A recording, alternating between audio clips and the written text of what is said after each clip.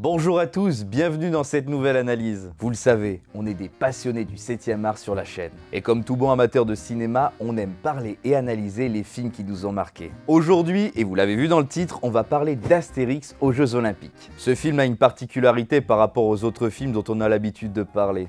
On l'aime pas du tout. Attention, mettons les choses au clair, ce n'est pas une analyse pour faire du buzz en parlant d'un mauvais film. Vous commencez à nous connaître, c'est pas le genre de la maison. On va plutôt analyser le film en essayant de comprendre les raisons de notre rejet plutôt que de taper dessus bêtement. Et puis de toute manière, dire du mal d'un film pour en dire du mal, ça n'a aucun intérêt.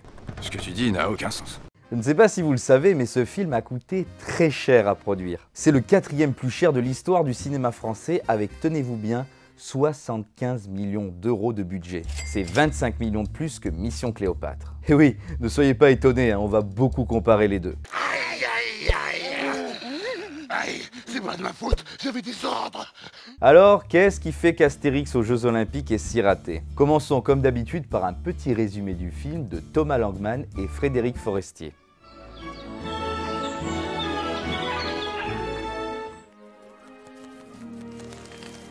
Princesse, regardez, Télégraphique est revenu. Notre histoire débute quand la princesse Irina, fille du roi de Grèce, reçoit une nouvelle lettre de son mystérieux admirateur. Cet inconnu, c'est en fait Alafolix, un Gaulois de notre cher village d'Irréductible. Mais problème, la princesse est promise en mariage à Brutus. C'est moi, c'est Brutus, fils de César, allez ouvre! Le code. Ce dernier est un homme mégalo, violent et assez bouffant, ce qui ne plaît pas du tout à la princesse. À l'arrivée de son prétendant, Irina apprend devant tout le monde qu'Alafolix l'aime à la folie. Et oui, pourquoi le personnage s'appelait comme ça à votre avis? Bref, tout ça se passe dans une scène qui vient de nulle part, absolument ahurissante. Regardez. Moi, je m'appelle Alafolix. Je viens du seul village gaulois qui résiste encore et toujours à Jules César. Rien que ça. J'aime la princesse Irina et je veux l'épouser. Hein, c'est ridicule? Ah non, non. Si. Oui, on a réagi comme Brutus, c'est ridicule. Allez, je reprends. J'épouserai le vainqueur des Jeux Olympiques. Mais qu'est-ce que c'est que ces fadaises? Irina affirme donc qu'elle épousera le gagnant des Jeux Olympiques et Brutus décide donc de représenter Rome. Qui? Toi? Bah ouais, moi. Mais c'est ridicule. Alafolix, qui veut participer également, demande donc l'aide de son village et on voit enfin Astérix et Obélix. Les Gaulois partent donc en Grèce et de son côté, Brutus annonce à César, entre quelques tentatives de meurtre à son égard, sa future participation aux Jeux. Il peut me dissoudre, moi, le vieux. Dévalorisé par son père et franchement peu athlétique, Brutus fait appel à un sorcier pour préparer son coup d'éclat. Au cours de nombreuses épreuves sportives où nos Gaulois vont finir par être interdits de potions magiques, Brutus va tricher et corrompre le jury des Jeux. Il finit par gagner la plupart des challenges haut la main, mais Astérix dévoile la fourberie du fils de César. César annule tout ce qui a eu lieu jusqu'à ce jour et décrète que le vainqueur sera le gagnant de l'ultime épreuve. La course de chars! L'empereur romain décidera donc de départager les concurrents dans une ultime course de chars. Pour s'assurer de la victoire, Brutus fait kidnapper Panoramix pour avoir sa fameuse potion magique. Ses chevaux et lui-même en consommeront juste avant la course qu'il gagnera. Mais Astérix s'interposera encore et prouvera que ce dernier a triché. Brutus, si tu veux ma main, je t'ordonne de me tirer la langue. En effet, Panoramix avait mis un colorant bleu dans la potion qui se voit sur la langue de ceux qui en ont consommé. Après cet affront, Brutus met en place son coup d'état pour prendre le pouvoir à la place de son père. Mais les soldats n'ont plus le cran au dernier moment de se retourner contre César. Bref, les Gaulois sont déclarés vainqueurs. Alafolix épouse la princesse Irina et place enfin au traditionnel banquet de fin d'aventure. Si vous trouvez que l'histoire part dans tous les sens, c'est normal. D'ailleurs justement, parlons du premier gros problème du film. Alors, par où commencer? On va parler d'une chose importante dans le cinéma et même dans les histoires en général, les intrigues. Pour bien écrire un film, il faut identifier une intrigue principale et suivre le fil conducteur de l'histoire numéro 1. Cela ne veut pas dire qu'il ne peut pas y avoir d'autres intrigues. Au contraire, ces quêtes secondaires peuvent s'avérer très importantes. Mais on les appellera sous-intrigues car l'intrigue principale installée doit toujours être la primordiale. Pour donner un exemple, dans Astérix et Obélix Mission Cléopâtre, l'intrigue principale c'est Numérobis qui doit construire un palais en 30 jours pour Cléopâtre. C'est identifié, c'est clair, et d'ailleurs Numérobis est le personnage principal dans le film. On le voit même sur l'affiche, il est au premier plan. Astérix et Obélix ont des intrigues secondaires, bien entendu. Obélix veut prouver l'importance d'idées fixes, Astérix tombe amoureuse de la courtisane, etc., etc.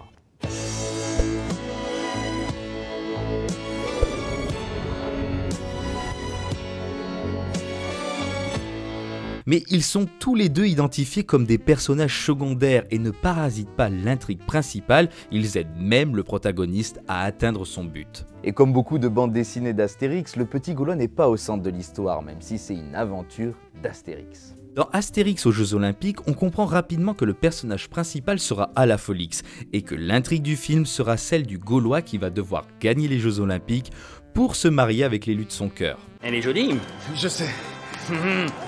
Et pourtant, dès le début du film, cette intrigue principale va être mise au second plan par l'intrigue de Brutus qui veut gagner lui aussi les Jeux Olympiques. Même pire, l'histoire d'Alafolix est reléguée en intrigue tertiaire par celle de Brutus qui veut retourner le pouvoir et prendre la place de son père. On est face à un gros problème, le scénario est mal ficelé et l'histoire est mal orientée. Encore que, si le dénouement était sur l'histoire de Brutus, on pourrait se dire qu'on a mal compris le début du film et que le fils de César est en fait le personnage principal. Mais non, car le film est bel et bien conclu par la victoire d'Alafolix épousant Irina. Pourtant, tout au long de l'histoire, le focus est bien mis sur Brutus. Enfin bref, on sait plus où on en est et le public s'y perd. Si je voulais me faire l'avocat du diable, je dirais justement que l'intrigue principale, c'est l'affrontement de ces deux personnages. Un peu comme deux chevaliers qui s'affronteraient pour conquérir la demoiselle en détresse.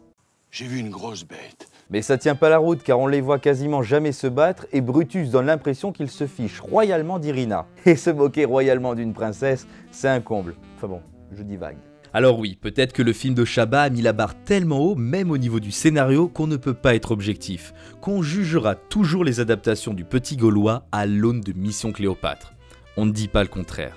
Mais il faut avouer que là, en comparaison, ça fait brouillon. Vous l'avez sans doute ressenti dans le résumé. À vouloir multiplier les intrigues ou bien condenser trop de bandes dessinées dans un seul film, ça brouille tout. Et enfin, je dis que le scénario est mal ficelé, mais pas seulement pour ce point précis. Parce que bon, si c'était que cela, ça aurait pu être juste un problème de montage ou de tournage. Et oui, le scénario n'aurait peut-être pas bien été suivi. Mais...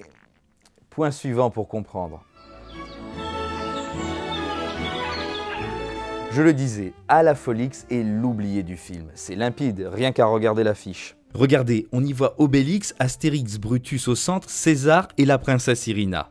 Le pauvre Alafolix a complètement disparu et Stéphane Rousseau, son interprète, voit même son nom arriver au second plan. Il est même après Franck Dubosc et José Garcia qui jouent simplement des comiques de relief sans importance dans l'histoire. Il n'apparaît même pas sur l'affiche promotionnelle du film alors qu'il en est de base le personnage principal.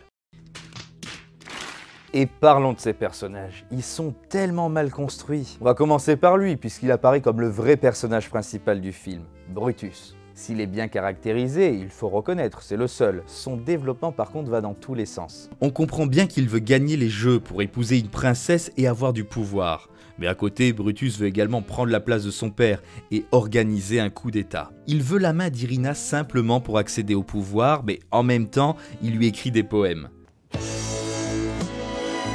Son personnage change de manière de penser tout le temps.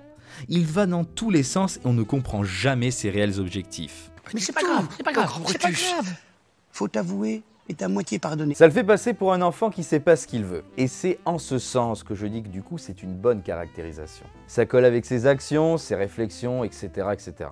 Le souci c'est que si les autres personnages ne sont pas bien cadrés, ça a l'inconvénient de perdre le public encore une fois. Et justement, tout à l'heure je disais qu'on voyait pas beaucoup Astérix dans ses aventures. Au moins il a des arcs de développement personnel, il est toujours essentiel à l'histoire, même pour des actions très précises. Là, il n'a aucune intrigue à lui. C'est un personnage qui subit l'histoire. Il est là pour courir dans la course de chars et interpeller César, et puis c'est tout. Est-ce que vous vous êtes rapidement rendu compte que ça devenait les aventures de Brutus et César? J'ai pas vu le film, donc je peux pas te dire. On me le dit, mais... Astérix fait de la figuration. Est-ce que ça, c'était déjà palpable au tournage? Ah non, non, c'était pas palpable au tournage. Ça va être pour ma gueule, ça, tu vas voir. Voilà. C'est ça. Voilà, c'est ça la mauvaise et la bonne nouvelle que j'ai à t'annoncer aujourd'hui, c'est qu'effectivement... Ah ouais, c'est ça, ça va tu portes le film. Quoi. Le scénario essaie de créer une alchimie entre Astérix et Obélix, mais ça fonctionne absolument pas. En regardant leur scène ensemble, on éprouve de la gêne, voire de l'agacement. On apprend qu'Obélix est même plus complice avec Alafolix quand on sait que c'est lui qui écrit les poèmes pour Irina. Obélix, justement, lui aussi est inutile et il ne sert à rien dans le film. C'est quand même terrible de dire ça sur un personnage comme le sien. Astérix, Obélix et Panoramix deviennent franchement peu rigolos. Rendez-vous compte, les scénaristes ont quand même réussi à rendre ces personnages quasi inutiles et sans aucune scène amusante. Et oui, forcément qu'on dit ça par rapport aux précédentes adaptations. Mission Cléopâtre en tête, mais même Astérix et Obélix contre César. Dans ce dernier, Obélix avait beau avoir à un moment donné une complicité avec Détritus, interprété par le génial Roberto Benigni, c'était vraiment un arc tertiaire invoqué pour renforcer la complicité avec Astérix d'ailleurs. Et les personnages secondaires. Le Jules César de Delon est une caricature de lui-même et n'a aucun intérêt pour l'histoire. À part être assis, dire « Ave moi » et subir les tentatives d'assassinat de Brutus, il ne fait rien d'autre. César trouve ces jeux fort plaisants, finalement. Pour Alafolix et la princesse Irina, on s'en moque totalement en fait. Cette dernière, c'est une demoiselle en détresse et ça en devient même presque insultant pour le seul personnage féminin du film. Et Alafolix, alors on a déjà évoqué son traitement, c'est n'importe quoi. Et enfin, je ne fais qu'évoquer les dialogues, sinon faudrait en faire une partie entière. On sent cruellement l'absence de dialoguiste, je peux pas le dire autrement. On dirait clairement que les dialogues ont été écrits par les auteurs de soap opéra ou de telenovela, un peu comme Plus belle la vie. Tout est expliqué dans les dialogues puisque c'est tellement plus facile de dire que de montrer. Bref, je m'arrête là pour passer au point suivant, mais regardez par vous-même. Des personnages mal écrits et des dialogues ridicules, ça peut se rattraper au tournage avec les acteurs. Mais dans ce film, il a manqué un truc. Et c'est le prochain point. On arrive à mon plus gros problème. Ce n'est pas que les erreurs de scénario sont moins graves, mais on aurait pu sauver les meubles si les acteurs jouaient bien. Mais, et ça me tue de le dire, j'adore la plupart des acteurs de ce film, mais là, ils sont tous mauvais.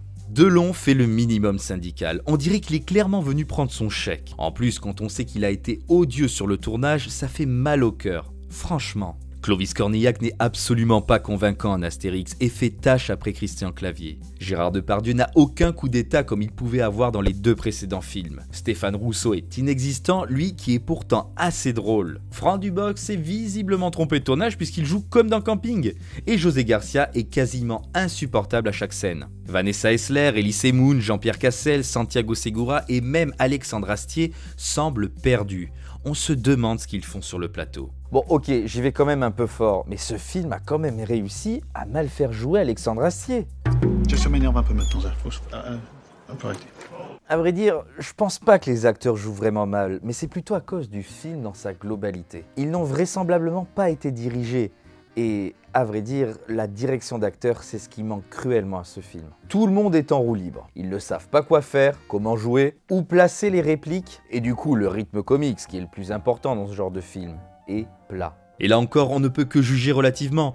Tous les acteurs sont très connus et ont une carrière avant, et même pas que dans le cinéma. Donc on est obligé. Quand vous savez ce que peut faire un Delon, là, vous le voyez 5 minutes, vous êtes content, mais sans plus. C'est du fanservice en fait. Encore pire pour Depardieu qui incarnera par 2 fois le même personnage, Obélix. Et un tas d'autres acteurs, mais on va pas tous les nommer encore une fois.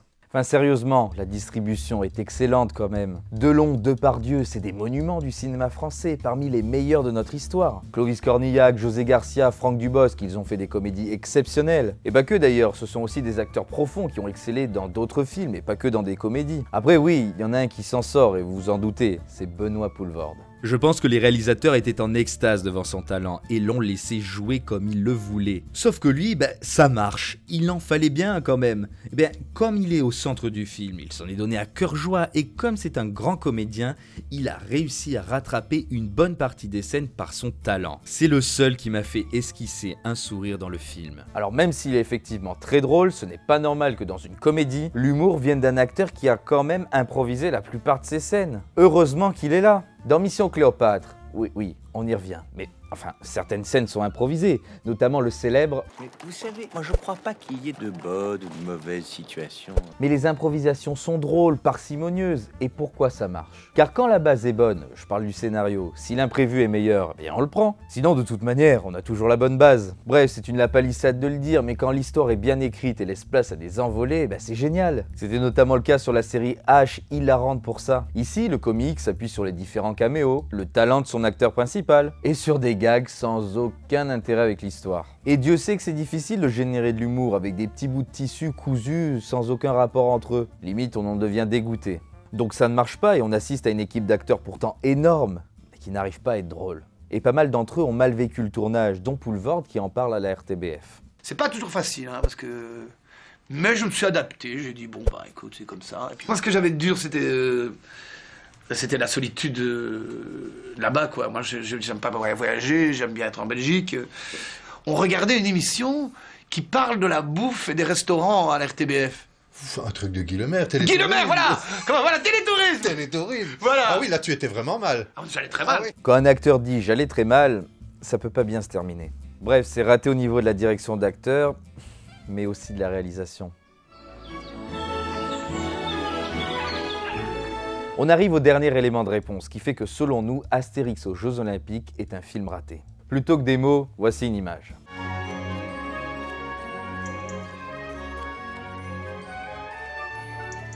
Les effets spéciaux et visuels sont vraiment ratés. D'un côté, ils veulent reproduire des palais et des monuments réalistes, mais ils sont très mal faits. Et de l'autre, tous les effets cartoon sortent du film tellement on voit les pixels à l'image. On est d'accord, c'est pas très joli. Vous pouvez dire que je chipote et que c'est que de la comédie. Après tout, on n'est pas dans une œuvre de science-fiction ou de fantasy, c'est pas si grave si c'est moche. Mais pas ce film-là, je vous le rappelle qu'à l'époque, c'était le long métrage le plus cher après le 5e élément. Et on va pas comparer les effets visuels de ces deux films, qui avaient, je vous le rappelle, 10 ans d'écart, ce serait une insulte à Luc Besson. Avec 75 millions d'euros de budget, c'est ça que les réalisateurs nous offrent? De toute manière, on se doute que le budget est allé dans la masse salariale des acteurs. Normal, avec toutes ces apparitions inutiles à l'avancement. C'est une mauvaise gestion de l'argent en fait.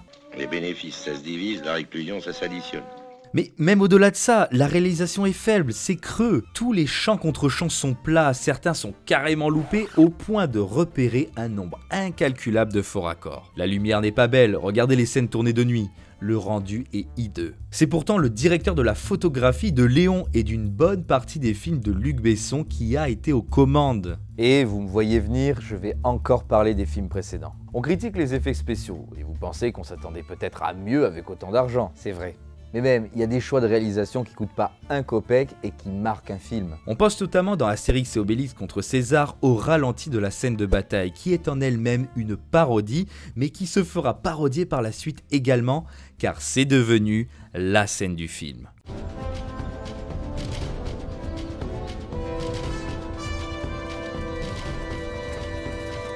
C'est tout bête, il n'y a pas besoin d'ordinateur super puissant, mais ça iconise un film et participe à son succès en le faisant entrer dans la mémoire. Et pareil pour Mission Cléopâtre, mais là il y en a tellement. Allez, tenez, par exemple, la scène du documentaire sur la langouste.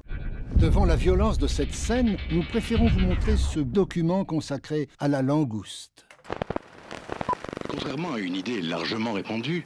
Mais tout ça, c'est à cause de qui? Car depuis tout à l'heure, on ne parle pas des deux réalisateurs, Thomas Langmann et Frédéric Forestier. Je ne connais pas réellement leur implication dans la réalisation, et puis je connais pas vraiment Forestier. Donc je vais plutôt parler du premier, Langmann. C'est le fils du réalisateur Claude Berry, et il a écrit, produit et réalisé ce film. Donc il est vraiment responsable du scénario, et par conséquent de tous ces problèmes de réalisation. Alors oui, il fait référence à d'autres films, comme Star Wars, pour donner un peu de corps à son film. Mais c'est pas bon. Oui, je sais, encore, mais ça n'a pas la saveur de Mission Cléopâtre avec la réplique « Nul ne peut bafouer l'Empire romain. Quand on l'attaque, l'Empire contre-attaque. » Enfin, il y a une scène qui est très bien réalisée. Et on ne peut pas ne pas l'évoquer, la fameuse course de chars à la fin du film. Là, les décors sont impressionnants, on se croirait un peu dans Ben-Hur. La chorégraphie, les mouvements de caméra pour montrer la tension dans la scène, le montage, là c'est très bien fait. C'est dommage que personne ne joue bien dans cette scène non plus, et que les enjeux soient bidons, mais Soulignons la technique de tout ça malgré tout. Qui sait, peut-être que tout le budget VFX est parti dans ces plans. Vous savez quelles sont mes scènes préférées du film, et c'est assez triste quand on y pense. La première, le monologue de Delon, en plein milieu de l'avancement du film, comme un cadeau à tous les fans du Guépard. La seconde, quand Numéro Bis, joué par Jamel Debbouze, arrive au banquet final. On y voit Tony Parker et Zinedine Zidane qui font des petits caméos. Là oui, quand il n'y a pas d'enjeu, qu'on peut enfin respirer, qu'on en demande encore un petit peu avant que ça se finisse, là on peut apprécier les caméos et les petites références. Mais vous voyez ô combien c'est important l'environnement dans lequel un petit gag s'inscrit. Bref, passons à la conclusion. À la décharge du film, puisque c'est important de nuancer, et ça va avec tout ce qu'on a dit, c'est le numéro 3 d'une saga. Il passe après Astérix et Obélix contre César et surtout Mission Cléopâtre. C'est peut-être pas très juste de les comparer comme on a fait tout au long de l'analyse, mais on peut pas demander au public de faire autrement. Et d'ailleurs, on lui demande presque de le faire. On réutilise le même Obélix, on surfe sur l'appréciation des 2 premiers films, etc., etc. Aussi, il faut savoir que ce film n'était pas l'idée première des producteurs. De base, le 3e film devait être écrit et réalisé par Gérard Jugnot, qui s'inspirait de la BD Astérix en Hispanie. Mais des désaccords avec la famille d'Uderzo ont entraîné l'arrêt de ce film, le départ de Christian Clavier en tant qu'Astérix et la mise en place du projet avec les Jeux Olympiques. Là, on est en train de vous dire que le film n'est peut-être pas parti sur les meilleurs auspices. C'est sûr qu'on fait pas d'omelette. On fait pas d'omelette. Dans le sport, déjà, on n'a pas tellement le temps de faire la bouffe non plus. Hein. Cependant, tenter de trouver des excuses à ce genre de naufrage n'en fait pas forcément un bon film. Répondons donc à notre question, qu'est-ce qui fait qu'Astérix aux Jeux Olympiques est si raté? Des dialogues mal écrits, des personnages qui n'ont aucune importance et une superposition d'intrigues, tout ça crée un flou dans l'histoire. Si on ajoute à ça l'absence de direction d'acteur, une réalisation peu inspirée et peut-être une envie mercantile, ce long métrage apparaît comme une succession de mauvaises décisions. Et finalement, ça crée l'une des plus grosses déceptions du cinéma français. C'est sympa ces jeux, hein? C'est vrai, ça détend. On ne peut pas s'empêcher de penser qu'on est face à un film de producteurs qui ont surtout cherché à faire du chiffre. Ça et à draguer les marchés internationaux en prenant des acteurs italiens, espagnols ou allemands. Comme si ils avaient voulu mettre des gags facilement exportables et moins de références françaises. Et toujours dans un but mercantile. Et ça n'est pas faire partir son projet du meilleur pied. Bon, gardons quand même la tradition de nos analyses. Quel film vous conseillez après ça ? Tant qu'on est dans l'univers de nos Gaulois, je vous conseille d'aller voir les 12 travaux d'Astérix. Ce dessin animé de 1976 est une création originale de Goscinny et Uderzo, même pas inspiré de leur BD. C'est vraiment top, le meilleur dessin animé d'Astérix. En plus, il vous sera pas difficile de le trouver, puisqu'il passe souvent à la télé. Foncez-y, sans compter qu'on retrouve de grands doubleurs français. Il y a Roger Carrel, Micheline Dax, Pierre Tornade et Gérard Hernandez. Bref, que du beau monde. C'est la fin de cette vidéo, merci de nous avoir suivis. N'hésitez pas à liker, commenter, partager, abonnez-vous à nos réseaux sociaux. Et quant à moi, je vous dis à très bientôt sur la 7e. Salut!